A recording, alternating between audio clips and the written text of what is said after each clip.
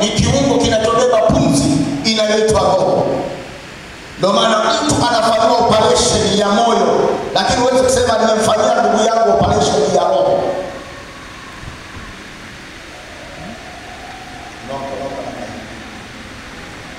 Mungu akupe neema ya kujua haya yanayosema. Kanisa, tusiporudi kwenye upendo wa kumpenda Mungu, mengi tutafanya chini ya viwango. Ndio maana ibada leo zinasumbua. Ndio maana idara zimekufa. Ndio maana tunaishi ndani ya kanisa kusukumana. Utii umepotea. Kilichopotea ndani ya mioyo yetu kumpenda Mungu. Hivi kutii na kuelewa kinachotanguliaga ni kipi? Kutii. Natii nini hoja?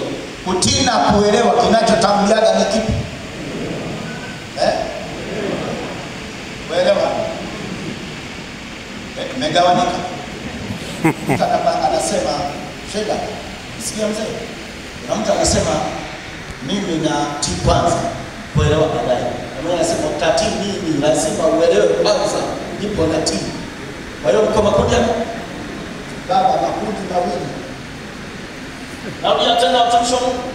Kutii na kuelewa kinachotanguliaga ni kipi?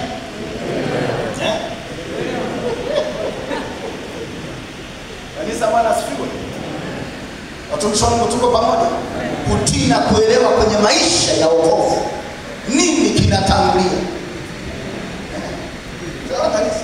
Leo ni leo, anasema kesho amechelewa. Bwana asifiwe.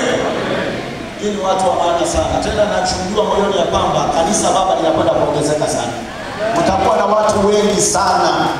Sana. Sio 1000 wala 2000, mtakuwa wengi. Lakini kama teni haya mnayofundishwa na baba mchungaji, nasema rudini